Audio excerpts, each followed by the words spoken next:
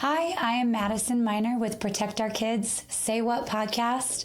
Thank you so much for tuning in today. I get to have an amazing guest with me. Her name is Seek Smith. She is the founder of Mom and Dad Army, and I'm just so grateful that she's given us her time today. So Seek, welcome to the show.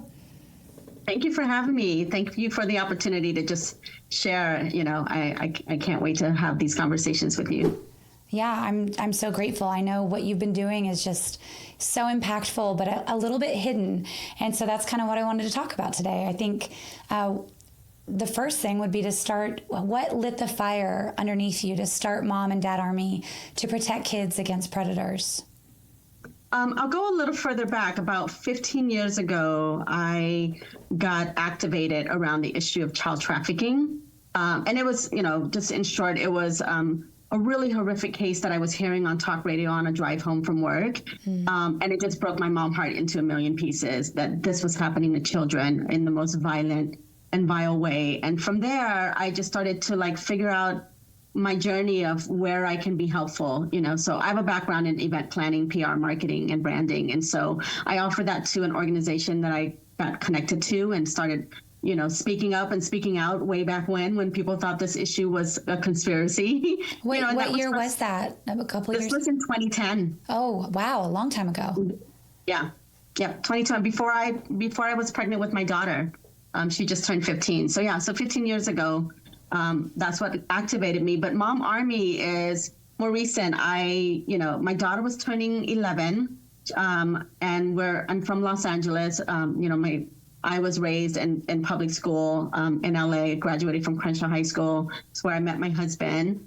We met in high school. And then my older boys, both, LA public schools.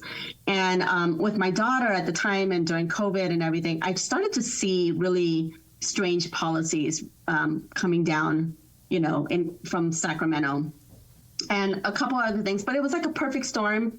We had an opportunity to relocate to Arizona, and we took that opportunity for my husband's job. And I didn't want to raise our daughter in California anymore because of the writing that was on the wall. And so when we moved here, I just decided to get really activated. I said, I don't want to have to pack up and figure out what's the next state we have to flee to. And so I dug my heels in and wanted to get really involved. And Mom Army was just a natural progression of my activism and my advocacy work for victims and for children. And I was realizing that kids were under attack. And the only way I could describe it was I was feeling after COVID, especially, that the education system, the medical system, entertainment, like every institution that we're supposed to trust, all of a sudden was coming after our children. And I rallied, I've been working across the country with different advocates and different people. And my husband was like, why don't you get everyone together and speak with one voice? And essentially that's what happened with Mom Army. So August 8th of 2022, we launched on Instagram with about 100 moms. And it just kind of took off from there. And I started getting messages from all over the world. I was getting messages from moms in Peru and Spain and New Zealand and Ireland. And they were all saying the same thing. They were like, it's happening here too. So it was something that was beyond my understanding at the time, that the attacks on our children was global. And from there, we just started, figuring out where we could be, effective and where we can make change. So we started doing nationwide rallies. We did the Cancel Balenciaga rally. We got 20 cities together for that in December of 2022. I did a rally against the American. What happened with Balenciaga? If for those that don't know, back then there was this marketing campaign that sexualized children. Basically, there was a little child holding a teddy bear that was dressed in BDSM gear, and the paraphernalia that was all over the table was very suggestive and very sexual. And there was a wine glass, and it's just inappropriate and the child must have been 4 or 5 in this campaign. So there was a big uproar, and our group we couldn't be silent about it. And we organized, I think in 5 days, I think that happened on a weekend. We announced a campaign on Monday, and then Saturday we had the protests. And we made lots of we were in lots of news and coverage. Daily Mail did a story about our protests. Sky News Australia did a segment about it. And So we found that we could be effective, in that kind of organized nationwide campaigns. So then the following year we did Stop the War on Children. That was 35 cities. And then last year we did a candlelight vigil for the trafficked migrant children at the border. And we did that in 16 cities. But we found that, if you give people a platform to speak up, they will take the reins on that. So we've had moms in our group that has gone to state capitals to testify against bills, for bills, at school board meetings, at protests. So wherever we can use our voice is kind of like our mantra. Yeah, I remember having your representation at school board meetings when I was on the Orange Unified Board, and it was wonderful partnering with you guys, and I'm just so grateful for the organization in general, but just for the specific people that were there supporting me. It was amazing to see just how big Mom Army and Dad Army is. So Mom Army started in 2022. When did Dad Army start? Shortly thereafter, and why did you feel like you needed to start that as well? Yeah, it was August of 2022, so we're coming up on our 3rd-year anniversary. Dad Army was just a couple months after. We were getting messages from men and dads all over the world as well, and thank you for doing what you're doing. We support you, and we started to get like small dollar donations from some of the dads. And my husband, who is very, this is very much his issue as well, was struggling, in building community with other men, and he had been part of other men's group, but he always felt that there was something missing. Like a lot of these men groups would cover, your health and your relationship and finance and all these areas of your life. But he was like, it didn't have the heart and the purpose behind it. So that was kind of like me filling that void that he was asking for when he would be in these men's groups. And I'm like, well, let's do that. Let's have a Dad Army. And we're one of the few groups that actually has a specific dedicated to men and dad group. So that's been wonderful, to have men and dads represented, because they really don't have a platform the way moms have platforms. So we're grateful for them, and they are de facto our security detail as well. Oh yeah, which unfortunately you need right now. Yeah. So you've been so vocal about the growing threats for children in both the real world as well as online. Can you explain the biggest misconception that parents still have about child exploitation today? Yeah. So, we tend to latch on to these narratives that can be misconstrued. A lot of it is done through Hollywood. We think of like the movie Taken, right? Like, some kid gets kidnapped off the street. Like that happens. And we're seeing that more and more as like there's more camera surveillance, in public streets and things like that. You're starting to see these videos that are capturing abductions, right? But the truth is more than 90% of child trafficking, child sexual abuse is within the familial setting, which means it's somebody the child knows, right? It could be, a family member, sadly a parent, a father, a mother. But with the new age of social media and technology, predators and pedophiles have way quicker access to our children. They don't have to, groom a child at a park. They can just DM your child. If your child's on social media or on a game app, they could be messaging and chatting with your child. So parents need to understand that the accessibility to your children is everywhere. Every child is susceptible, even the ones like my daughter, who we talked to about this. She was born into my activism. She's been to protests and gala fundraisers and all of that. And even with her, because children are malleable, they don't know and they don't realize like what's happening. So we have to talk to our children and educate them and put the safeguards that's necessary to keep these predators from accessing our children. But online is the way that they are going. It's the most dangerous place for a child right now. You don't you don't have your child walk through a dark alley, but a lot of parents are allowing their kids to be on the dark alleys of the internet. Well, and along those same lines, I think a lot of parents, again, ignorance, like I think they just don't recognize the fact that it is like a dark alley. That's such a perfect analogy for it. But I've noticed that a lot of parents even feel overwhelmed or paralyzed with fear when it comes to this whole new world. We didn't deal with this. I didn't have internet until I was in my early teens. And so our parents didn't have to deal with the kind of stuff that we do now. And it is a whole new world. And there's a lot, of apps and stuff like that kids have access to that us parents maybe aren't super familiar with. So what would you say to the parents that say this could never happen to my child? Like I mentioned earlier, even for someone like me, I think of myself, right? I'm highly aware, and I'm speaking out against it. I'm working on policies related to these issues. But even for someone like me, we had our daughter on a gaming app, and she ended up being, having chats with predators online. And so even though we tell her, like, hey, don't talk to strangers, make sure everybody who's playing with you is people you know in real life, and all of that. And kids just don't know. They don't think of these dangers the way we do, right? Oftentimes, especially teenagers, they think we're overreacting, right? They think that we're being paranoid. I've heard that a lot from my daughter. Mom, you're just being paranoid, and it is our job first and foremost to protect our children. So I always err on the side of safety. I err on the side of putting these safeguards and these barriers in place, because it just takes one time.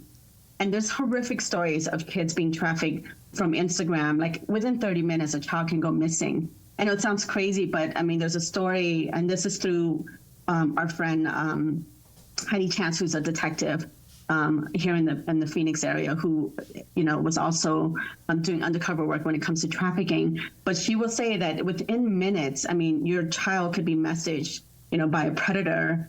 And a lot of times they're watching, they're looking to befriend your child. They're looking for that opening, right? Your child might be posting something like, oh, I got into a fight with my mom. She won't let me go to this party, or she won't let me do this or something. Then this person knows exactly what to say, right, in order to become that child's friend and to gain the trust. So they build the trust, and it's all part of the grooming process. And then before you know it, that child gets a message and goes, hey, I'll come pick you up for a party.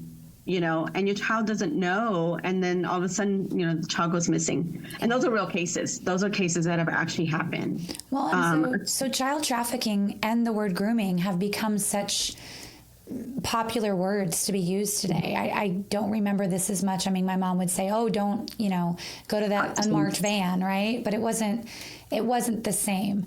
And so I know many people still do not understand what that actually looks like in a child's life. So can you walk us through how predators maybe operate on a daily basis? Yeah. The one thing that parents also need to understand is they start with grooming the family and grooming you before they even get to the child. So they want to test out and make sure that they can befriend you. And, so they come very charming. They don't look like monsters, in an alley or some creepy looking guy. A lot of times they're very slick and very, contributors to our society. They could be coaches. They could be, church leaders. I mean, they infiltrate, our society in areas that they can have access to children. And then two, they start to build the trust and start grooming the family first before they start grooming the child. And they'll usually look for vulnerabilities. I've watched lots of these interviews with convicted sex offenders and pedophiles. Well, they'll say they look for a father figure, right? They look if there's a strong protective father, they won't even bother because that's too much work for them. So they go for in areas where that child may not have that very protective environment because it's easier for them. So parents need to be a threat to these people. Yeah, like outwardly and overtly be a threat. Right. And I remember even having a friend of my mom's who was a single mom, had 5 kids, and 3 of them were still at home. And this guy met her, found out she had kids, gained her trust, and then immediately she trusted him so much that she started, going grocery shopping and leaving him home alone with her kids. And it escalated, right, to where she'd leave for a little bit longer and a little bit longer, but always just a day, like a couple hours. And then come to find out a couple of months down the road that he was taking advantage. He was molesting her children. And something that she remembers, and I'm sure you're familiar with this as well, is that her kids told her that he told them that they had to keep the secret from their mom, or she would be so disappointed. She'd be so mad at them. Do you find that happens often with the cases that you hear? Yeah, that's a textbook situation. It's pretty standard for these predators to do exactly what you just laid out here. I think the important thing to understand, and this is not to shame anybody, I think we all are just trying to do the best that we can. But I think the more people are aware of these things and they're looking out for these signs, I have many survivor friends who were in the same situation. A stepdad, right, comes into their life and, dates the mom. And then all of a sudden, they build a trust and all these other things. So one thing I will always say is you have to believe the child, because children can't make these things up. There's horrific stories of survivors that their parents or their mom didn't believe them when they disclose. And the keeping the secret is a big one. That's really it's always under threat and coercion or keeping secrets, that if you let the secret out, something could happen to your family. So there's a lot of threats wrapped around the secrecy, which is what keeps the child in fear, right? And not disclosing, because in their mind and in their little world, they think that that's exactly what's going to happen. And so we have to teach our children that there are no secrets. And if and I always try to talk about secrets versus surprises, like when there's a surprise birthday party, right? So having them understand the language and the definition of each things and speaking to children in very proper terms, when it comes to their body parts and protecting them. They need to know that their body is their temple, that no one is allowed to invade that space. Absolutely. So if I were a child, if I was your child, Seek, and you were talking to me about secrets versus surprises, what would you say to me? Yeah, there are no secrets, right? Like if anybody tells you to keep a secret, the first thing a child should do is go and tell somebody that they trust, and hopefully that's the parent. But we do know there's lots of cases where the parent is actually the abuser. But the child needs to find a very safe adult that they can disclose to and that they would not get in trouble. That's the other thing. They're worried about getting in trouble when they tell. And so you have to language it and assure the child that what they need to do is the best thing that they could do, and that they wouldn't get in trouble for it, that they don't keep secrets and they will not get in trouble for it. Yeah, I think that's so important, because we might have people watching this podcast right now that maybe haven't had those conversations. Maybe their children are a little bit younger, or maybe they just never came up in conversation. So I think it's so important to give advice when it comes to that, those topics. I just think there's a lot of people that maybe have their head in the sand a little bit, or they just haven't had the opportunity yet. So thank you for that. So with that, there's systems that are failing in our country. We've got education problems. We have CPS problems, tech platforms. What are some other avenues, and how have you been working on a bigger scale, maybe on the government side of things, to help protect our kids? I mean, that's the one thing we've learned in the last 3 years is you can do these protests. It brings awareness, which is great. To your point, yeah, these conversations are happening more often, right? People are talking about grooming. They're talking about trafficking. So it's good. It's good that people are having these conversations out in the open. It's becoming more of a national conversation. That's the first step, awareness, right? But then what we realized too is that as we were protesting and we were speaking at school boards and speaking at state capitals, that's another way, to have your voice be heard. But we have always taken pride in being an organization that wants to make real change and be effective. And what I started to realize is, it doesn't matter how often you can speak to your blue in the face sometimes. A lot of times it falls on deaf ears. And you know this as a school board member, right? That a lot of times your hands are tied, or you just, on the school board are people that don't subscribe to the same value system that you have. What we realize is we need to have the right people in these seats, right? We need good, moral people to sit in these positions that can make these decisions on our behalf. So we're learning that that policy is really important. So that's the realm that we like to operate in, is we say legislative activism. Ways to do that is to build relationships with your lawmaker, build allyship, build relationships with those that align with your values, so that you can have influence over policy, and you can start to introduce a bill. If you see that there's a gap or a void or a loophole that needs to be closed, figure out, with your legislative body what you can do. And half the battle is just showing up. What I realize is, if people make it seem harder, but really, if you start to show up and you start to build these relationships, you start to build trust, and you start to, have influence with our legislators. So that's the realm we like to operate in. And we're trying to do more by training our leaders to run for office. So we've got some upcoming trainings this fall to prepare for the 2026 midterm. We just want to be a platform that gives people a voice wherever that may be. It could be just speaking at a school board, but it might be that you might want to run for school board.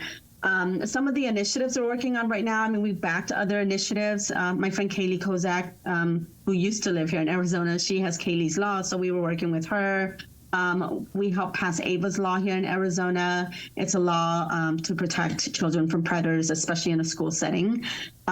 We backed the Prop 313, which is a ballot initiative that makes the selling and buying of children a life sentence. So making sure that there are harsher penalties, right? We do stuff at the state level, but we also do stuff at the national level. I was just in DC last week for a press conference. This one specifically to protect parents and our parental rights. During the last administration, parents were deemed domestic terrorists by Merrick Garland from the DOJ. I'm one of them. Yeah, they put out this memo calling parents domestic terrorists just for speaking up for your children. And so we have a lot of parents in our groups and our various coalition that have been targeted. And so I should talk to you offline about this, but we've been putting together a database and a dossier, basically. And so we are working to get an executive order from the Trump administration on rectifying, the targeting of parents and restoring people's lives, because a lot of people lost their jobs, their reputation was smeared. Awful things, criminal records, you name it, hit pieces in LA Times, So for us, it's about the family, right? Like, how do we preserve families? The bedrock of our society, of a healthy society, is a healthy family and an intact family. And what they've been doing is trying to dismantle that. That's a very Marxist, socialist, communist tactic. It's been done over and over throughout history. And if we could see it in that lens, we'll understand what we're up against. It was very exciting. I'm part of the Parents Demanding Justice Alliance with my friend Kelly Walker, who is sadly the poster child for a targeted parent. He's part of our Dad Army. He co-founded the group with Sam Sorbo. If that name sounds familiar, I watched Hercules. Yeah, her husband Kevin, but she's very vocal in the homeschooling space and just protecting families. So we were all in DC for a press conference, asking the Trump administration to work on executive order to rectify what happened to parents. We can't let that go into a memory hole. No. People always they think, oh, that was 4 years ago. Who cares? Move on. And it's not just 4 years ago, though. That's how it started. We still have parents being targeted to this day. And to your point about all the different systems, right, that are corrupt and that are that we're having to fight against, everything from CPS to the family court system, right, to the education system and entertainment. And so I'm proud to be part of that alliance, and we're getting some traction. The last update I got that it is moving up the chain, and it's getting up to some very high ups in the Trump administration to consider this executive order. So I'm hoping my next trip to DC is to stand behind Trump to have him sign this executive order. But we want there to be restitution. People, like I said, lost their jobs. They've gotten financial, they've been impacted in so many ways, and losing friends and family and reputation. So we want to try and make them whole again for what has happened to them. And it's basically the weaponization of our government against parents. Yeah, when I was on the school board and we passed a parent notification policy, in fact, that's when I met Mom and Dad Army, was at that meeting, that board meeting, and we were able to pass it. The intention was to give parents, the number one advocate for their kids, the opportunity to simply have a conversation with their children. And that was frowned upon by the left so heavily. And I couldn't understand. It wasn't us stopping these kids from doing what they wanted to do. It was us simply giving parents that chance to talk to their kids about the problems that they were experiencing or the confusion that they had. And so I'm a huge fan. I'm so grateful for you guys going to DC and rallying, because there's a lot of folks that were affected, and I think there's a lot of of people who feel like they don't have a voice or they feel intimidated and they can't go to school board meetings and such, similar situations like that because they feel like they're just going to be labeled and ostracized because of it. I think that was the intention, right?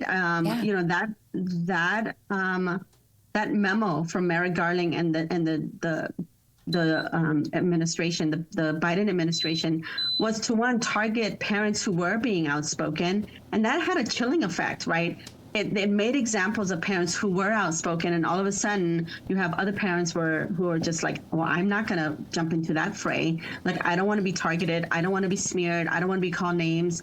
I don't want to lose my job. And rightfully so. I'm not faulting any of the parents who have remained silent, but it has caused a chilling effect, to keep parents from speaking up and speaking out. And in the United States of America, that's not who we are. No. We don't intimidate people from exercising their First Amendment rights. Right. Yeah, I absolutely agree. So what role do you think parents need to reclaim that institutions have taken over? Yeah, and this goes back to what I said earlier. I think for so long we were just trying to raise our families, right? Run our business, raise our families, and we just trusted we blindly trusted these institutions. I did. I was blindly trusting the medical system. I was blindly trusting the education system. And then once you see it, you can't unsee it, right? You can't unsee the horrible things that have been operating, behind the veil, once you lift that veil. So my message to parents is, whatever way you feel that you can make a change, like we all have our area and what I call our lane, right? Use the gift that you have. For some people it is being more vocal, and some people, they're behind the scenes. We have people who just love to do research, and love to help in other ways. So we're no longer in a place where we can do nothing, right? Because doing nothing got us to where we're at, right? Being silent got us to where we're at. Trusting the system blindly has gotten us here. And so I implore everyone to get involved in it. Nothing's too small, right? It could be as simple as supporting a candidate running for office. That could be one way you can do it. You don't have to always be a front-facing, being out there. So many of us could do things, and we could do things quietly in the background as well. Yeah. So I just ask everyone to search deep and figure out like what their calling is, what's important to them, and then from there, connect. The best way to do this is to connect with people and have conversations. Find a group. If it's not Mom Army, there's so many amazing groups out there. There's Moms for Liberty and Moms for America, Independent Women's Network. I work with all of these groups. I'm friends with a lot of leaders in these groups. A lot of them here in Arizona. I work with the state directors of some of these groups. But do that. You're not alone. I think a lot of times we feel like we're so alone, and this is, you don't know anybody else in your everyday life that's either feeling the same way you're feeling or going through the same things you're going. You have to find that community that understands you, and then you work together. Yeah, no, I totally agree. Okay, so going back to kind of the signs and the red flags that parents maybe can recognize, what are some red flags that you have seen in any kind of situations with child trafficking or grooming, and how can parents be more aware of what's going on with their own child? I would always, have the open communication, allow your child that safe space with you that they can share without getting in trouble, without being chastised, without being shamed, without being judged, right? That's the first thing you need to do, is create that environment for your child. Watch for changes. I mean, children who are being impacted with bullying or with, abuse, you'll see a change. They don't, they all of a sudden are reclusive, right? They go within, or the eye contact is a big one, when children are being abused. So I would look for signs of changes, and figuring out, like, a lot of times there's something happening in the background and you need to get to the root cause of it. Like I said, creating a safe environment for your child to be able to come to you more than anything else. Yeah. How can parents safeguard their homes? How can they protect their own homes, their own families from exploitation and the potential of trafficking? There's so many, I mean, there's so many wonderful resources. I mean, honestly, as much as I think, social media has its bad parts, especially for children when they're not quite equipped and ready to use the platforms. My daughter's 15. She doesn't have social media, and she's not going to have social media. That's a choice we made in our household. She has, she has safeguards on her phone and restrictions. That's one way to do it. And you still, I think the hardest thing, especially in the teenage years, is giving your children some freedom to find their independence and to find their identity, but at the same time, making safety your number one priority, right? And so those are the choices we made in our household and for our family. And I would highly suggest that.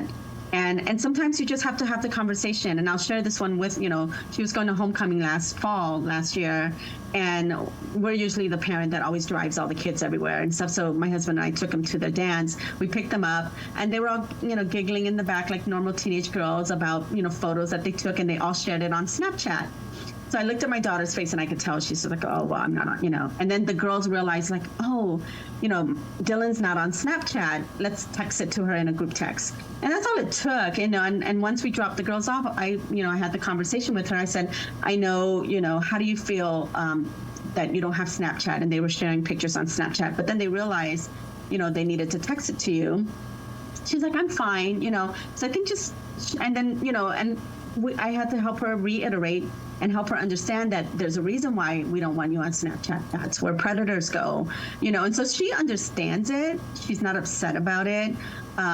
She knows that, we are doing this, for her best interest and for her protection. So we don't fight about it. She doesn't argue about it. She's not mad at us about it. She understands because we have open conversations about it. So I would just say clear communication, making protection of your child priority, looking for signs,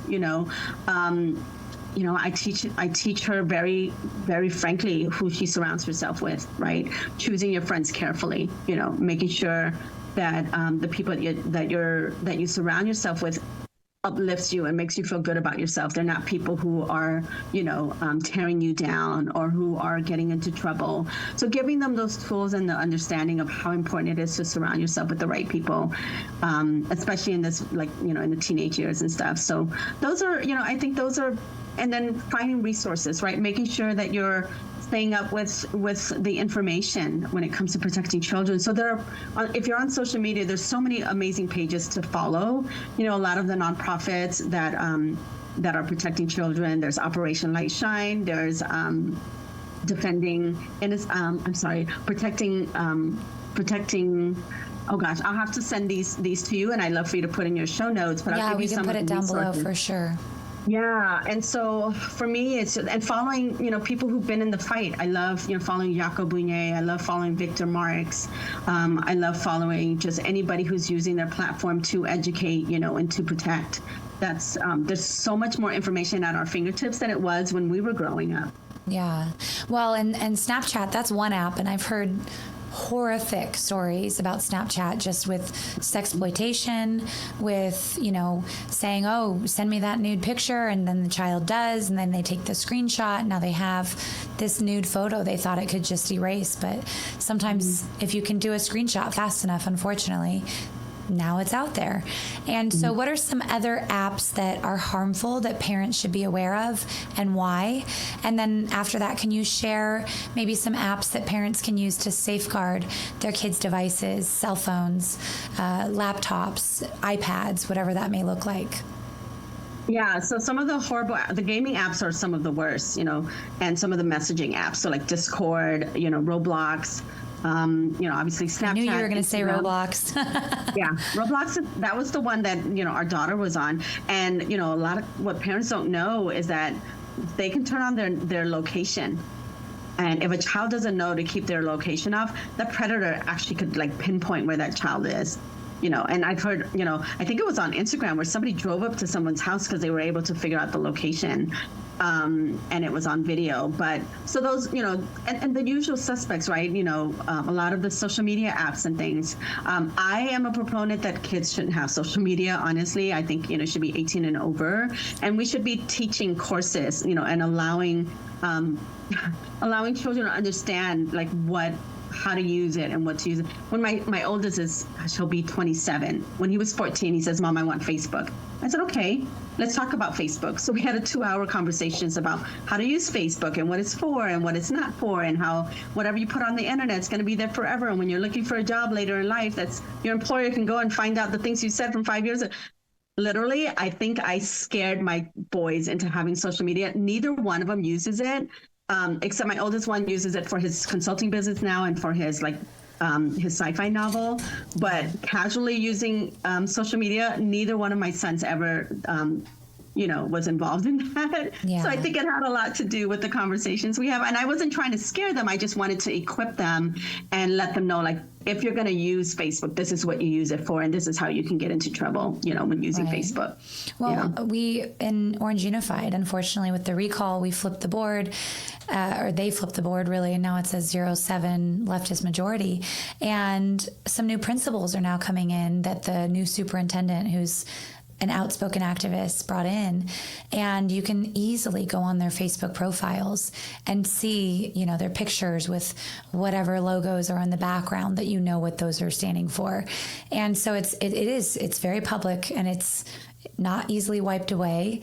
And so I applaud you for giving your kids that information. So, okay, you mentioned Snapchat. Yeah, so those are the dangerous, right? Yeah. And then, and safeguarding. I mean, there's so much technology out there now, and one of the things, and I'll get into this in a little bit, but, Gab wireless, there are phone.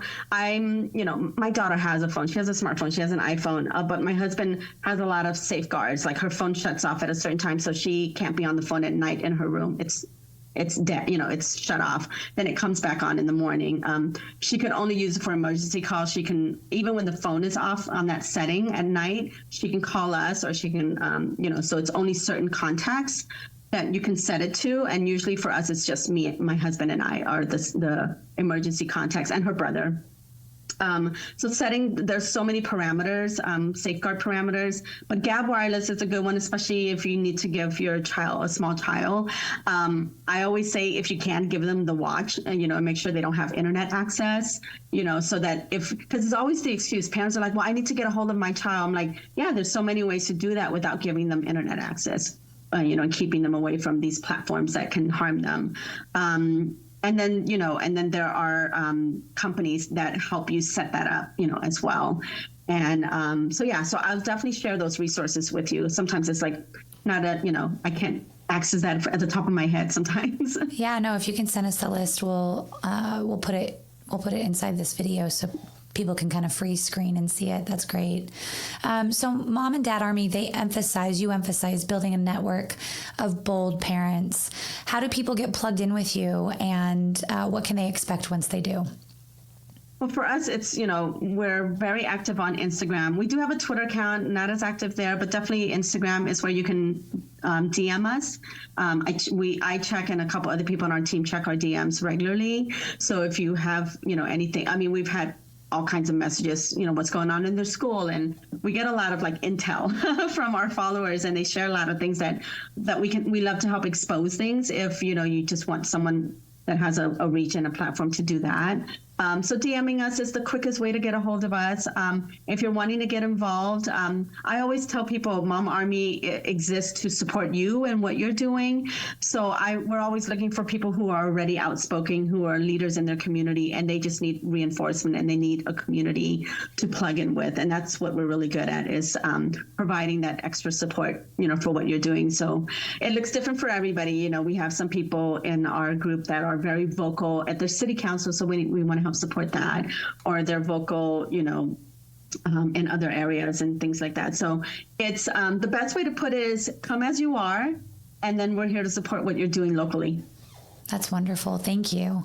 So when the battle feels overwhelming, what keeps you grounded and motivated? For me, I have a very obsessive practice in gratitude. It's easy to feel like the world is really dark, because it is. I'm not going to lie. This is a really dark space to be in when you're talking about exploitation of children and things that I learn on a daily basis. I learned to not be connected or absorb a lot of that, consuming this. you have to shield your heart and your soul from the terrible news that comes at you on a regular basis.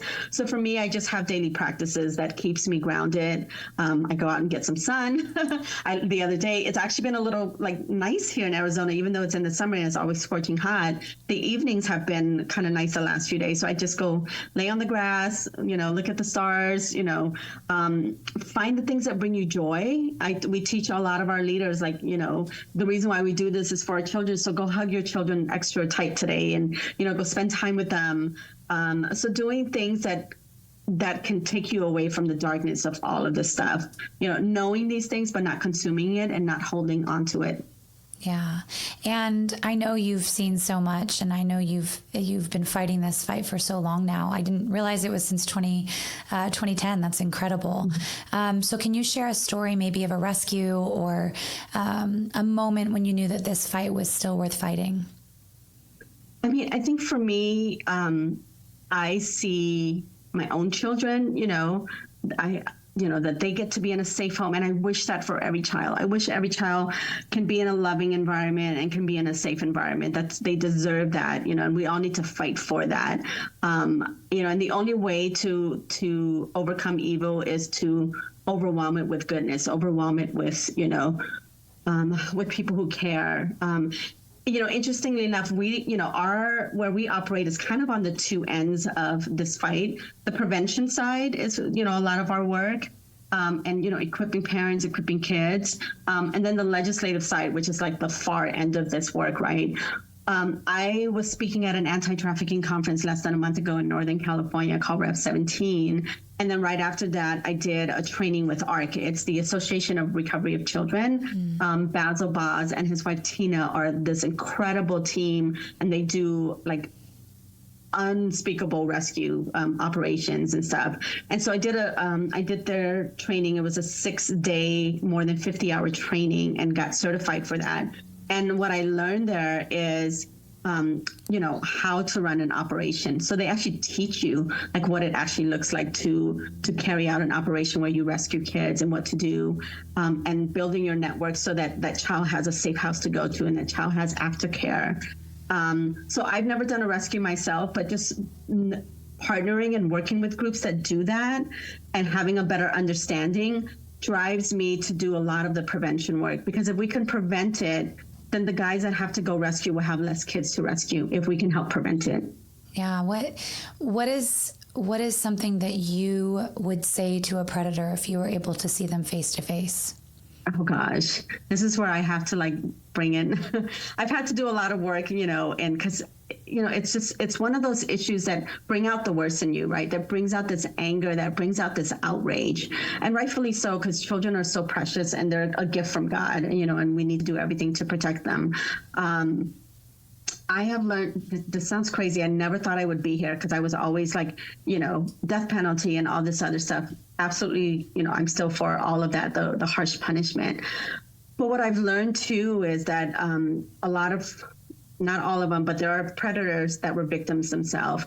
So we always have to ask, what was the root cause, right? And this is no excuse for a predator, because I know victims who didn't become predators.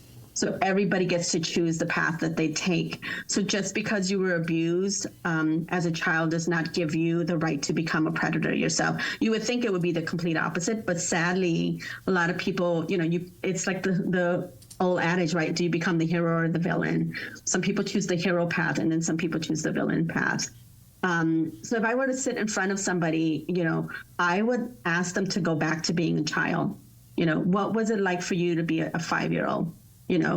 And I would want to take them on a journey of why we should protect the 5-year-old version of you, the 8-year-old version of you. And I think the more we have these human conversations to understand why it is all of our responsibility to protect children. And we just need to do a better job at punishing and deterring these acts against children. Right now, our justice system and our criminal system does not, it's always favoring. I found, this is going to be shocking to a lot of people because it was shocking to me. I have a friend whose daughter was sexually abused at 4 years old, by a teenage boy in the neighborhood. Come to find out, he had like 20 other victims. So he was prolific, and he wasn't even 18 yet. And found out that after the conviction, he never served time in jail because he was a juvenile, but also resources. The predator has tons of free resources. They get free therapy and they get all kinds of resources. The victim, she had to pay for therapy for her own daughter out of her own pocket. So we have to fix that. We have to find ways to really create a system that is supportive of the victim and helping them reclaim their life and rebuild their life. Because this is soul crushing and it shatters people's lives. And I am determined, from a policy side, to really fix some of these things that will allow victims to have more resources and more help to heal, instead of focusing on the predator. It's not a crime that can be rehabilitated. It's one of those crimes that I don't know if it can be rehabilitated. They can't. Yeah, they can't undo that, right? Once you've gone down that path. Seek, we believe that every child is made in the image of God, and I know you believe that too, and they are worthy of protection and purity and peace. Seek, thank you. Thank you so much for what you do with Mom Army and Dad Army, and we are going to include in the closing credits here just how you can get involved, how you can contact Seek and Mom Army and Dad Army online through Instagram, through DM, and I just thank you. Thank you for being on with me today. Oh my God, thanks for the conversation and the opportunity. I appreciate you shedding light on, these horrific things that are happening. Yeah, absolutely. We won't stop. We won't stop until we get policies in place that protect these kids. Absolutely. So thank you. Thank you so much for watching this podcast of Say What podcast on Protect Our Kids. We do have social media. We have Facebook, Instagram, we have X. We also have our podcasts on Rumble as well as on YouTube, and we would love for you to watch them. I encourage you to stay involved, have those conversations with your children that are difficult and uncomfortable, because as Seek just explained, it's so important. This is the time and this is the place. It's never going to feel like the right time and right place, but this is the time and the place to have those conversations with your kids so that you make sure that you're protecting them and you're protecting their future. So thank you for being with us, and we'll see you next time.